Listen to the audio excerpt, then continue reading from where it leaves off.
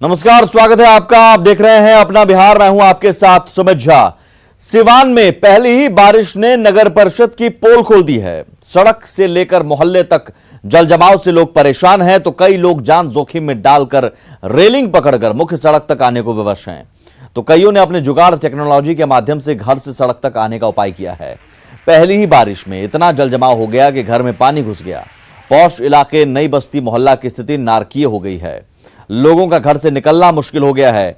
जायजा लिया हमारे सहयोगी मृत्युंजय कुमार ने। सिवान में लगातार बारिश से नारकीय स्थिति हो गई है। सड़क से लेकर मोहल्ले तक लगातार जल जमाव से लोग परेशान हैं। आप देख सकते हैं इस वक्त हम मौजूद हैं महादेवा के नई बस्ती में। ये जो लोग हैं अपने जुगाड़ टेक्नोलॉजी के माध्यम से किसी तरह बनाकर ये लोग आ रहे हैं। आखिर इनके पास दूसरा ऑप्शन नहीं है। हम इनसे जानने की कोशिश करेंगे कि आखिर ये इस तरह अपने जान जोखिम में डालकर ये क्यों इस तरह यहाँ आ रहे हैं। जुगाड़ टेक्नोलॉजी के माध्यम से आप कैसे इस तरह आते हैं जा रहे हैं? यहाँ पे काफ़ी समस्या है। आसपास में कई सारे मकान हैं। यहाँ पे लगभग 40 मकान है जो इस पानी में फंसे हुए हैं। लोग ऐसे ही जाते हैं। कई लोग तो घरों में बंद है, लेकिन हम लोग अपना जुगाड़ कर क्या नगर परिषद और क्या प्रशासन के द्वारा कोई व्यवस्था यहाँ पे किसी तरह का भी ना तो रास्ते के लिए कोई निर्माण हुआ है, ना ही नाली कहीं बना है। इस कारण से पानी लगा रहता है। और ये इस साल की बात नहीं है, हर साल हम लोग ऐसे झेल रहे हैं। इस साल की बात नहीं है, हर एक साल जो ये मोहल्ला के लोग हैं काफ़ी परेशान रहते हैं जब इस शहर का ये पौष इलाका में जाता है और इस पर नगर परिषद का ध्यान नहीं जाता है। हालांकि लगातार प्रशासन और नगर परिषद द्वारा दावा किया जा रहा है कि इस बार जो जल जमाव से हम लोग निजात मिल पाएंगे, लेकिन दूर दूर तक शहर सिवान के शहरवासियों को जल जमाव से निजात नहीं मिलता दिख रहा है। मृत्युंजय कुमार सिंह, न्यूज़ 18 सिवान। मुंगेर के दियारा क्षेत्र में गंगा का पानी घुसने से बाढ़ के हालात हो गए हैं। कई निचले इलाके जलमग्न हो गए हैं, जिससे लोग दहशत में हैं। हालांकि मुंगेर में गंगा अभी खतरे के निशान से 5 मीटर नीचे बह रही है, लेकिन गंगा के जलस्तर में इसी तरह से बढ़ोतरी होती रही तो जल्द ही और भी इलाके पानी में डूब जाएंगे और स्थिति भयावह हो सकती है। गंगा किनारे काफी तेज से कटाव हो रहा है। ऐसे में सबसे पहले दियारा इलाके के लोग पलायन की तैयारी में हैं, लेकिन जिस प्रशासन पर बाढ़ के हालात से निपटने और समय रहते तैयारियों की जिम्मेदारी है, वो अभी भी नाव की मरम्मत निजी नाव मालिकों के साथ करार की ही प्रक्रिया में है। बता दें कि जिले के 3 से 4 प्रखंड धरहरा, बरियारपुर, सदर और जमालपुर के 39 गांव ऐसे हैं जो गंगा किनारे बसे हैं और गंगा का जलस्तर बढ़ने के साथ ही इन सब गांवों में बाढ़ का खतरा बढ़ता जा रहा है। पानी जो हिसाब से बढ़ रहा है उस हिसाब से अगर बढ़ेगा तो सप्ताह दिन के अंदर बड़ी मुसीबत हो जाएगा। हम लोग को सब दिया डाबर डूब जाएगा। अभी जो गंगा देख रहे हैं, गंगा को बहुत तेजी से बढ़ रहा है। रोज 1.5 हाथ 2 हाथ के रोज बढ़ रहा है। हमारे यहाँ पर कुल 45 सरकारी नावें हैं जिनकी मरम्मती की जा रही है या मरम्मती कर ली गई है। इसके अतिरिक्त प्राइवेट निजी नाव को भी इस्तेमाल करना पड़ता है बाढ़ के समय में। ऐसी सभी नावों का चिन्हितीकरण कर लिया गया है। उनके जो मालिक हैं उनके साथ इकरारनामा की कार्रवाई की जा रही है। साथ ही साथ हमारे यहाँ पर 4 इन्फ्लेटेबल बोट्स हैं जिसको हम लोग रेस्क्यू ऑपरेशंस में यूज़ करते हैं। हमारे यहाँ पर 30 प्रशिक्षित गोताखोर हैं जिनका हम लोग डिप्लॉयमेंट अलग अलग घाटों पर करते हैं ताकि किसी भी प्रकार की आपदा की स्थिति में उनका इस्तेमाल किया जा सके। नेपाल और तराई इलाकों में हो रही लगातार बारिश से परमान नदी उफान पर है। फारबिसगंज कुर्साकांटा मार्ग से सटा डोमरा बांध गढ़ा के पास क्षतिग्रस्त हो गया है, जिसकी वजह से 1 दर्जन से अधिक पंचायत पर इसका सीधा असर पड़ रहा है। इस जगह पर पुल निर्माण को लेकर डायवर्जन बनाया गया था, जो परमान नदी के उफान में एक झटके में ही बह गया। हालात को लेकर स्थानीय लोग प्रशासन और जनप्रतिनिधियों के प्रति बेहद गुस्से में हैं। लोग इस बात से नाराज हैं कि हर साल बाढ़ के दौरान थोड़ी बहुत मदद देकर सरकारी पैसे का बंदरबांट कर लिया जाता है। आया था कि जो कि नदी का बांध टूटा था। अभी तक 2017 से 2020 तक कितना MP MLA जो भी था, मान ले DM तक भी यहाँ पर आए और चले गए। कई बार आए। SDO जो भी था बोला कि 2 से 3 दिन में काम जो है इसको पूरा कर लिया जाएगा। लेकिन समस्या जब बाढ़ आने का समय रहता है तब पुला का निर्माण करता है, उसके बाद बांध के बारे में चर्चा करेगा। इतना दिन कहाँ रहता है जनप्रतिनिधि? बांस का ढट्ठा लगा हुआ है और चचरी भी नहीं है। बांस कुछ हालत से लोग गिरते हैं गाँव का आदमी आकर के उस पे, मतलब फिर भी कोई जरूरी है बाजार जाना है, किसी का बच्चा का तबीयत खराब है, कोरोना का माहौल चल रहा है, किसी का खांसी हो रहा है, किसी का सर्दी लगा हुआ, जुकाम लगा हुआ, उसको तो दवाई लेने के लिए जाता है तो कैसे जाएगा? किसी हालत से जा रहा है। अभी तक मतलब कोई नहीं है, कोई देखने के वाला यहाँ पे नहीं है, कोई देखने वाला ही नहीं है यहाँ। खबर सहरसा से, जहां कोसी ने रौद्र रूप धारण कर लिया है। कई प्रखंडों में कोसी से कटाव जारी है, जिससे इलाके के लोग दहशत में हैं। खेतों के नदी में समाने के बाद अब लोगों को अपने घर बार की चिंता सताने लगी है। लोग ऊंचे स्थानों की तलाश में जुटे हैं। सलखुआ प्रखंड के सितोहा पंचायत के बनगामा, ताजपुर और चानन पंचायत में भी कटाव से लोग दहशत में हैं और अपने घरों के बाहर बैठे कोसी नदी के कटाव का मंजर देखने को मजबूर हैं। लेकिन अभी तक किसी भी जनप्रतिनिधि और अधिकारी ने इनका हाल नहीं जाना है। इलाके में हर साल करीब 50,000 की आबादी कोसी का कहर झेलती है।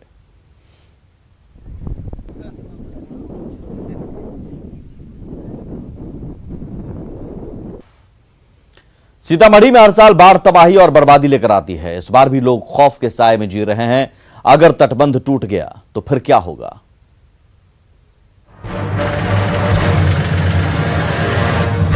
सीतामढ़ी का ये रुन्नी सैदपुर वही इलाका है जहां पिछले साल तटबंध टूटने से भारी तबाही मची थी। प्रलयकारी बाढ़ में हजारों परिवार रातों रात बेघर हो गए थे। बागमती नदी के किनारे बसे लोग इस बार भी खौफ के साए में जी रहे हैं, क्योंकि इनके सिर पर एक बार फिर बाढ़ का खतरा मंडरा रहा है। तो परेशानी माल के जाल के चाहे आदमी के माने निकले के साधन न मिले छे, से परेशानी सब होय छे। और की होय छे, घर में पानी ढुक जाय छे। अब अभी तो न डर से टूटते तो डर लगबे करे छे कि बांध भगबे करे छे। आ दे छथिन कुछो न, कथि कहां टूटलो है, कहां तोरा घर में पानी ढुकलो है से कहै। सीतामढ़ी के रुन्नी सैदपुर प्रखंड के भादाडी, तिलक ताजपुर, मधौल, मानपुर जौआ समेत कई ऐसे गांव हैं जहां बाढ़ हर साल बर्बादी लाती है। साल 2017 के खौफ का वो मंजर आज भी लोगों को याद है, जब एक ही जगह पर 3 बार तटबंध धराशायी हो गया था। दर्जनों लोगों की जान चली गई थी। अब लोगों को इस बात का डर सता रहा है कि अगर तटबंध टूट गया तो फिर क्या होगा। बहुत सा डरे हुए हैं जो कब बांध टूटेगा। हम लोग रात भर जाकर बयान करते हैं, बाल बच्चा को लेकर इस बांध पर गुजारा करते हैं और नहीं जाने कि कब बांध टूटेगा और कब पानी आएगा। भयभीत हुए हैं हम लोग। दूसरी ओर सीतामढ़ी के डीएम का दावा है कि बाढ़ को लेकर प्रशासन की तैयारी मुकम्मल है और प्रशासन अलर्ट मोड में है। जी हाँ, सभी तटबंधों का निरीक्षण कार्य चल रहा है और अंचलाधिकारी, एसडीओ एवं जिलाधिकारी के स्तर से तटबंध का निरीक्षण किया जाता है, जिसको पूर्ण कर लिया गया है। सभी जगह दिशा निर्देश दिए गए हैं कि सभी तटबंध पे सुरक्षात्मक कार्य को पूर्ण कर लिया जाए। बहरहाल हर साल बाढ़ की विनाश लीला झेलना सीतामढ़ी के लोगों की नियति बन चुकी है। विनाशकारी बाढ़ हर साल आती है और यहाँ के लोगों की खुशियाँ बहा कर ले जाती है। सीतामढ़ी जिले में हर साल बाढ़ आती है और अपना कहर बरपाने का काम करती है। हालात ये है कि इस बार भी संभावित बाढ़ की आशंका को लेकर लोगों में दहशत साफ देखा जा रहा है। सीतामढ़ी का यह वह इलाका है जहां पिछली बार तटबंध टूटने से भारी पैमाने पर तबाही मची थी। राकेश रंजन, न्यूज 18, सीतामढ़ी। दिवंगत अभिनेता सुशांत सिंह राजपूत की याद में परिवार ने एक भावुक चिट्ठी जारी की है। उनसे जुड़ी स्मृतियों को संजोने के लिए सुशांत सिंह राजपूत फाउंडेशन बनाया गया है। चिट्ठी में लिखा गया है कि पटना के राजीव नगर वाला मकान स्मारक के तौर पर विकसित किया जाएगा। साथ ही उनके इंस्टाग्राम अकाउंट को लीगेसी अकाउंट की तरह चलाया जाएगा। परिवार वालों के मुताबिक सुशांत सिंह राजपूत के चाहने वालों और लोगों के प्यार को देखते हुए फैसला लिया गया है। सुशांत से जुड़ी हर याद और चीजों को पटना आवास में संजोया जाएगा। सुशांत सिंह राजपूत को जितना सिनेमा, विज्ञान और स्पोर्ट्स से प्यार था, उन सारी चीजों को संजोकर रखा जाएगा। सुशांत की वो दूरबीन जिससे हमेशा आकाश को देखा करते थे, या फिर गिटार या फर्नीचर, हर चीजों को स्मारक बनाकर रखा जाएगा। मुंबई के घर से सारा सामान लाकर यहां रखा जाएगा।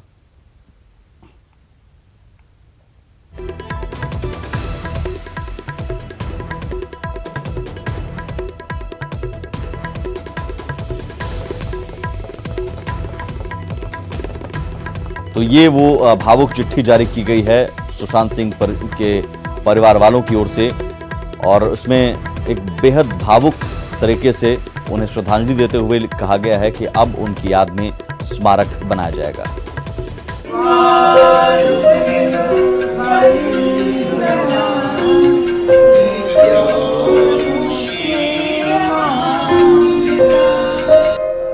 पटना के राजीव नगर रोड नंबर 6 स्थित उषा सिंह हाउस के नाम से बना यही वो मकान है जिसमें दिवंगत अभिनेता सुशांत सिंह राजपूत का बचपन बीता था। अब इसी मकान को सुशांत के स्मारक के रूप में बनाया जाएगा। यह ऐलान सुशांत के परिवार ने एक भावुक चिट्ठी जारी कर किया है, जिसमें लिखा है, वे अपने प्रशंसकों से बेहद प्यार करते थे।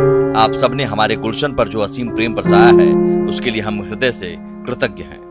अब जब वे हमारे साथ नहीं हैं, उनकी स्मृति को संजोने के लिए हमने सुशांत सिंह राजपूत फाउंडेशन की स्थापना की है। उद्देश्य सुशांत के पसंदीदा क्षेत्र जैसे कि सिनेमा, विज्ञान और खेल में उभरती प्रतिभाओं को समर्थन प्रोत्साहन देना है। उनका बचपन पटना के राजीव नगर में बीता था। उनके आवास को हम उनका स्मारक बनाने जा रहे हैं। वहां उनके हजारों किताबें, दूरबीन, फ्लाइट, सिमुलेटर, गिटार, फर्नीचर और अन्य चीजों को प्रदर्शित करने का विचार है। हमारी हार्दिक इच्छा है कि उनके प्रशंसक उनसे जुड़े रहें। सुशांत के इंस्टाग्राम पेज को करोड़ों प्रशंसक फॉलो करते हैं। हम इसे लेगेसी अकाउंट की तरह चलाए रखना चाहते हैं, जिससे कि सुशांत के दिल का रिश्ता उनके प्रशंसकों के साथ हमेशा बना रहे। हम लोग सोचे हुए हैं, हम लोग जो सोचे हुए हैं कि उससे जुड़ी हुई जो भी वस्तुएं हैं, जो भी उसका अपना चीज़ है, चाहे गिटार हो, चाहे दूरबीन हो, जो यहाँ से चांद निहारता था, जो उसकी सोच थी, उसकी जितने भी उसके खरीद के चीज़ थे, संग्रहालय थे, संग्रहालय में बना के यहाँ पे रखेंगे और उसकी याद को हम लोग बरकरार रखेंगे और यहीं पे बनाएंगे वो संग्रहालय। उससे जुड़ी हुई जितनी भी चीज़ हैं, चाहे फर्नीचर हो, उनका डॉग को किसी हम लोग नेशनल ये में देने का सोच रहे हैं। इस तरह से उनके 3 कुत्ते हैं जिसको हम लोग नेशनल में देंगे, जो कि कुछ काम में आएगा। इसके अलावा सुशांत के इंस्टाग्राम अकाउंट को लेगेसी अकाउंट की तरह चलाया जाएगा। परिवार वालों के मुताबिक सुशांत सिंह राजपूत के चाहने वालों और लोगों के प्यार को देखते हुए ये फैसला लिया गया है। Ravi S Narayan, news 18, Patna. Bollywood की क्वीन कंगना रनौत ने एक वीडियो शेयर किया है, जिसमें लोगों से चाइनीज प्रोडक्ट्स को बैन करने की मांग की है। कंगना ने कहा कि अगर कोई हमारे हाथ से हमारी उंगलियों को काटने की कोशिश करे तो किस तरह का कष्ट होगा आपको। वही कष्ट पहुंचाया है चाइना ने हमें लद्दाख पर अपनी लालची नजरें गड़ाकर। वहां हमारी सीमा का एक एक इंच बचाने के लिए 20 जवान शहीद हो गए। हमारे हाथ से हमारी उंगलियां काटने की कोशिश करे या हमारी भुजाओं से हमारी हथेली काटने की कोशिश करे तो किस तरह का कष्ट होगा आपको। वही कष्ट पहुंचाया है चाइना ने हमें लद्दाख पर अपनी लालची नजरें गड़ा के, और वहां हमारी सीमा का एक एक इंच बचाते हुए हमारे 20 जवान शहीद हो गए हैं। क्या भूल पाएंगे आप उनकी माओं के आंसू, उनकी विधवाओं की चीखें और उनके बच्चों के दिए बलिदान को? क्या ये सोचना ठीक है कि सेनाओं का जो सरहदों पे जो युद्ध होता है वो सिर्फ सेनाओं का होता है, वो सिर्फ सरकार का होता है? क्या उसमें हमारा कोई योगदान नहीं है? क्या हम भूल गए वो वक्त जब महात्मा गांधी जी ने कहा था अगर अंग्रेजों की रीढ़ तोड़नी है भारत में तो उनके बनाए हुए हर उत्पादन का बहिष्कार करना पड़ेगा? तो क्या ये जरूरी नहीं है कि हम भी इस युद्ध में हिस्सा लें? क्योंकि लद्दाख सिर्फ एक जमीन का टुकड़ा नहीं है, भारत की अस्मिता का एक बहुत बड़ा हिस्सा है, भारत की हथेली है। हम उसे किसी तरह से इस दुश्मनों के उनके गंदे इरादों में सफल नहीं होने दे सकते। तो क्या हम लोगों को इसमें हिस्सा नहीं लेना चाहिए कि जो चाइनीज जितनी भी गुड्स हैं, जितने भी उनके प्रोडक्ट्स हैं, जिन भी कंपनीज में उन्होंने इन्वेस्ट किया हुआ है, उनसे उनको रिटर्न्स आते हैं, रेवेन्यूज आते हैं, ऑर्गेनाइजेशंस हैं, उन सब का बहिष्कार करें ताकि वो उस संपत्ति से जो यहां से इंडिया से इकट्ठी करके जाते हैं, उस संपत्ति से हथियार खरीद के हमारे सैनिकों के सीने छन्नी करते हैं। तो क्या हम इस युद्ध में हम चाइना का साथ दे सकते हैं? आप बताइए, ये क्या हमारा कर्तव्य नहीं है कि हम अपनी सेनाओं का और अपने सरकार का साथ दें? तो हम ये प्रतिज्ञा लेते हैं कि हम आत्मनिर्भर बनेंगे और चाइनीज गुड्स को बिल्कुल बॉयकॉट करेंगे और इस युद्ध में हिस्सा लेके भारत को जिताएंगे। जय हिंद। मशहूर क्रिकेटर और पंजाब के पूर्व कैबिनेट मंत्री नवजोत सिंह सिद्धू की मुसीबतें बढ़ सकती हैं। कटिहार पुलिस की टीम अमृतसर में उनके घर पहुंची, लेकिन सिद्धू नहीं मिले। 7 दिन तक सिद्धू की तलाश में कटिहार से गई पुलिस टीम नोटिस को चस्पाकर कटिहार लौट आई। अब कटिहार पुलिस नोटिस का तामीला नहीं कराने के कारण वारंट और कुर्की जब्ती भी निकाल सकती है। पुलिस के मुताबिक मामले में कानूनी कार्रवाई की जाएगी। नवजोत सिंह सिद्धू 2019 के लोकसभा चुनाव में तारिक अनवर के समर्थन में प्रचार के लिए कटिहार पहुंचे थे। 16 अप्रैल 2019 को चुनावी सभा में विवादित भाषण देकर आचार संहिता का उल्लंघन किया था। सिद्धू के खिलाफ बारसोई थाने में केस भी दर्ज किया गया था। सिद्धू के वकील के मुताबिक व्यस्तता के कारण वे नोटिस नहीं ले सके। जल्द ही वे नोटिस हासिल कर लेंगे या फिर न्यायालय में हाजिर हो जाएंगे। कटिहार जिला के बारसोई थाना कांड संख्या 93/19 में माननीय विधायक वांछित हैं जिस कांड के अनुसंधान में अनुकर्ता गए थे और उनके द्वारा अनुसंधान का कार्य किया गया है। अब उसमें आगे की जो कानूनी कार्रवाई है वो अपनाई जाएगी और की जाएगी। वहाँ उपलब्ध नहीं थे इसलिए नोटिस उनका नहीं ले पाए हैं। अब उनको जानकारी दी गई है, अब फर्दर जो प्रोसेस होगा न्यायालय का उसमें भाग लेंगे। फरार जैसी कोई स्थिति नहीं है, न पुलिस के पास कोई वारंट थी, न न्यायालय ने कोई वारंट जारी किया है अभी तक। चूँकि लॉकडाउन है, लॉकडाउन के बाद उस प्रक्रिया में, न्यायिक प्रक्रिया में हम लोग आइदर लॉयर और थ्रू दी फिजिकल अपीयरेंस जो भी होगा हम लोग उसमें भाग लेंगे। आरजेडी के वरिष्ठ नेता रघुवंश प्रसाद सिंह कोरोना संक्रमित होने के बाद पटना एम्स में भर्ती हैं। हालांकि इलाज के बाद उनका एक रिपोर्ट नेगेटिव आई है, जो राहत की बात है। वहीं रघुवंश प्रसाद का हाल जानने के लिए प्रधानमंत्री नरेंद्र मोदी ने रघुवंश प्रसाद को फोन किया, उनकी सेहत की जानकारी दी, जबकि रक्षा मंत्री राजनाथ सिंह ने भी फोन कर रघुवंश प्रसाद से उनका हालचाल जाना। इसके बाद से रघुवंश बाबू को लेकर अचानक से बीजेपी का प्रेम जग गया है। बीजेपी के नेता रघुवंश बाबू की बड़ाई करते नहीं थक रहे हैं। धनी नेता हैं, जिसके कारण प्रधानमंत्री जी ने उनको आज फोन करके उनके स्वास्थ्य का हालचाल लिया। रघुवंश बाबू गलत पार्टी में हैं, जिसके चलते उनको उनकी पार्टी ने यूज एंड थ्रो किया है। नहीं तो रघुवंश बाबू बिहार में एक कदावर नेता हैं और उनको पुछ है।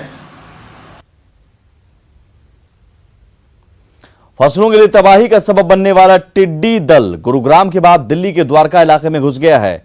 आलम यह हो गया कि दिल्ली और गुरुग्राम में रहने वाले लोगों ने टिड्डी दल को देखते हुए घरों की खिड़कियां बंद कर दी हैं। शहर में लोग एक साथ हजारों टिड्डियों को देखकर डरे हुए हैं। वहीं लोग ड्रम, थाली और ताली बजाकर टिड्डियों को भगाने की कोशिश कर रहे हैं। जानकारी मिलते ही स्थानीय प्रशासन भी सतर्क हो गया है, क्योंकि टिड्डी दल असली नुकसान किसानों की फसलों को ही पहुंचाते हैं। गुरुग्राम से पहले महेंद्रगढ़ और रेवाड़ी में भी टिड्डी दल दस्तक दे चुका है।